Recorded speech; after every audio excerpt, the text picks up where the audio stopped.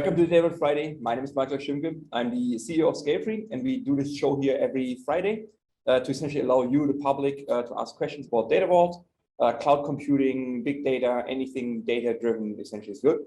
I show you how you ask questions. You can ask live questions here actually using the chat. You can just type it into the chat. You can use the Q&A section here.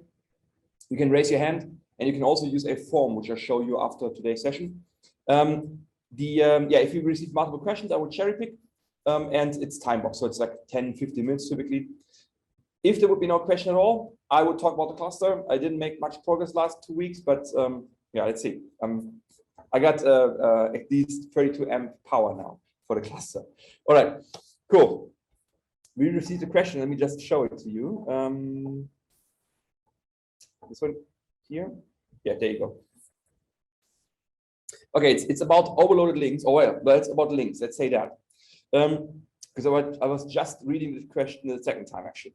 So the thing is this: they essentially have 3 hubs in the data warehouse, and they now want to load some more data from the source. And this is about tests being performed on the business objects which are implemented here in the 3 hubs. That's number 1. And the tests refer to those 3 business objects, but every row only refers to one of those business objects only. That's at least my understanding. So it's not referring to all 3 at the same time. It's a essentially exclusive list. Okay. And now how to model this essentially? That's the basic idea. So there's 2 options here on the table. The first one is to create a satellite to capture. To create one satellite, attach that to each hub. So we talk about 3 hubs and 3 satellites now, and then load it only with data for the appropriate test if the foreign key is set. Okay, and then the other option is to model it as a link, but then you would have null values in the link essentially. That's apparently the problem here. Now let's talk about both options, and then I'll give you the third one. All right. So the first option has an issue. When you decide to load the test data into satellites, the problem is you have to apply conditions in the loading process of the data vault, which means that you have to essentially check, does the test refer to business object A, B, or C? And that conditional logic is a problem because it could break. So what if there's, let's say, what if you make a mistake before you formulate it, or if you don't consider all cases? Because now you're saying, well, it's 3 cases, right? Not sure. On dirty data, what if a test is applied for 2 different business objects at the same time? So you get 1 row, but 2 foreign keys are not now. Where do you go, left or right? That's number 1. So that there's inconsistency already. If you decide to send only to hub and satellite A, B is missing the record, and then it looks like B was never applied there. I agree it shouldn't be the case, but with dirty data it might be the case. And the other problem is, what if all 3 foreign keys are now? Again, bad data, but that might be also the case in your data set. Maybe not today, but maybe in the future. So to prevent that, that's an option. Every conditional logic doesn't belong into the loading process of the raw data vault. The only condition you have is actually to check if you know the record already. If the business key is in the target hub, if the relationship is in the link, and if the descriptive delta is unknown to the target satellite. So if there's a delta actually in the source, right? So option A is out. Option number B, that's the link between different hubs here. And I'm struggling here when you say, well, there's 3 different business objects, the 3 hubs. I'm assuming you're talking about distinct list of business keys, not of business hubs, right? So you don't cleanse the data for when loading the hub essentially. Just as a side note. So you create a link, and the link spans across 3 hubs because you have 3 foreign keys in the source data set referring to those business keys. And the problem, it looks like for me, the problem is there's null keys in there. Well, first of all, what I would suggest is create 0 keys in your hubs. So that prevents the null values, but then you refer from a link entry to a 0 key so that the same problem still occurs, right? But it's a bit more efficient. But the problem still is that you have 3 hub references. 2 of them are always null or pointing to the 0 key. And that for me, if this would be a review, it would look like what we call an overloaded link. What I made a title here. it looks like an overloaded link because it could be the case that one hub reference is sometimes null or a zero key, sometimes. But this one here looks like, for me, if there's only one hub populated, one hub reference populated, and the other ones are always null or zero keys, that looks like an overloaded link, at least in a relationship, because it looks like you're trying to put different relationships into the same link relationship, and that's what you want to avoid. Well, but so yeah, so it sounds weird for me, but I would actually accept it more. The problem is it's not a anti-pattern. It's just something where I'm looking for in reviews and take a look at more closely, let's say, if there's really some overloading happening here. But if these are the two only options, I would go for option B, because still, yes, it might be overloaded, but it's better than the satellites where you might lose data, where you might lose auditability and so on. But what about the third option? And that's a modification of the link essentially. The thing is this: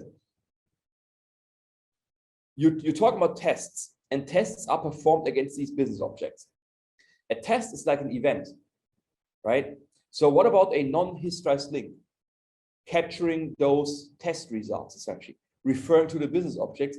And for non-hysterized links, it's much more it's much more common that hub references are null, because the dimension doesn't apply here for this transaction or for this event. To the point that there might be even links, non-hysterized links, where there's only one hub reference in there, because sometimes you have transactions only referring to one fact. That's so be it. I mean, yeah, that's where it is. So that's where we know these patterns much more.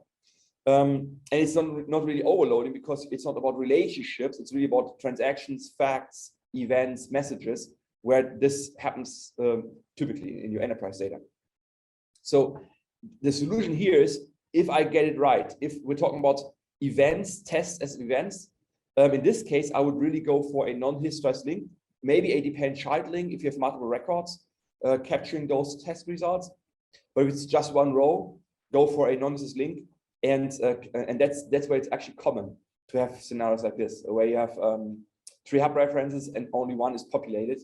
It's not very uncommon, let's say that. I wouldn't say it's common, but it's not uncommon either, and it's not wrong, and it's not even an indicator for an overloading of links. It's just what is with your transactions. It's very common. I didn't say common, right? I said it's not uncommon. Okay, so yeah, that would be my solution. Check out non-hysterized link. That's what I would go for. So it's not option 1, not option 2. It's the third option, but a variation of the link essentially. All right. Yeah, that's what I would recommend. Comments here from Timo. Also not sure if I got it right, but if I have one question here, should we not somehow try to change the logic in the sources? Yeah, should we not somehow try to change the logic in the source system here? Yeah, I would like to. Maybe it's not a well designed in the source system, but the problem is you can't. And we have to live with the data we get, essentially. Sometimes we have the historical data you have to capture, and you can't change it, for the past, essentially, right? So it is this. I would like to change a lot of source systems, to be honest. To remodel source system, have one table per test. Yeah, you could argue that having one table per test might be the better design from a source perspective. But for example, what I would not do it is to split those test results into 3 different non-hysterized links. Again, because then I need essentially a conditional logic again, which I want to avoid again, right? So, but I agree, if the sources would have 3 tables, one for each type of test, I would not bring those together into one non-hysterized link. I would just have 3 non-hysterized links from the source table. But here I really follow the design of the source system, because I want to avoid any conditional logic except to check, does the record already exist in a target, in a non-hysterized link, for example.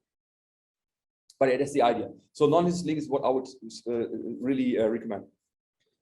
Yeah, and you guys, Timo, I think you can change the source system. So, but yeah, you still have past data, historical data, and you can't change history. So what happened, right? All right, cool. If you have a question like this, good question, by the way. Thanks for that. Yeah, if you have a question like this, use this form here, sfr.ee/dbfriday, and type in your question. Type in, maybe you can upload some pictures if you want from a whiteboard to make it more authentic, right? So yeah, but good one. And yeah, other than that, I wish you a happy weekend. The sun is coming out, right? So at least we're expecting here some sun. Let's see in Germany. It's always a bit surprised, but it should work out this weekend. But so yeah, we have to mow the garden then, the first time this year. All right, guys, enjoy the weekend. See you hopefully next Friday. And yeah, have fun. Thank you, guys. Bye-bye. Thanks for joining today. If you'd like to discuss this further, give us a call on the number below here, and we're happy to discuss this with you. See you next time. Have a nice weekend. Bye-bye.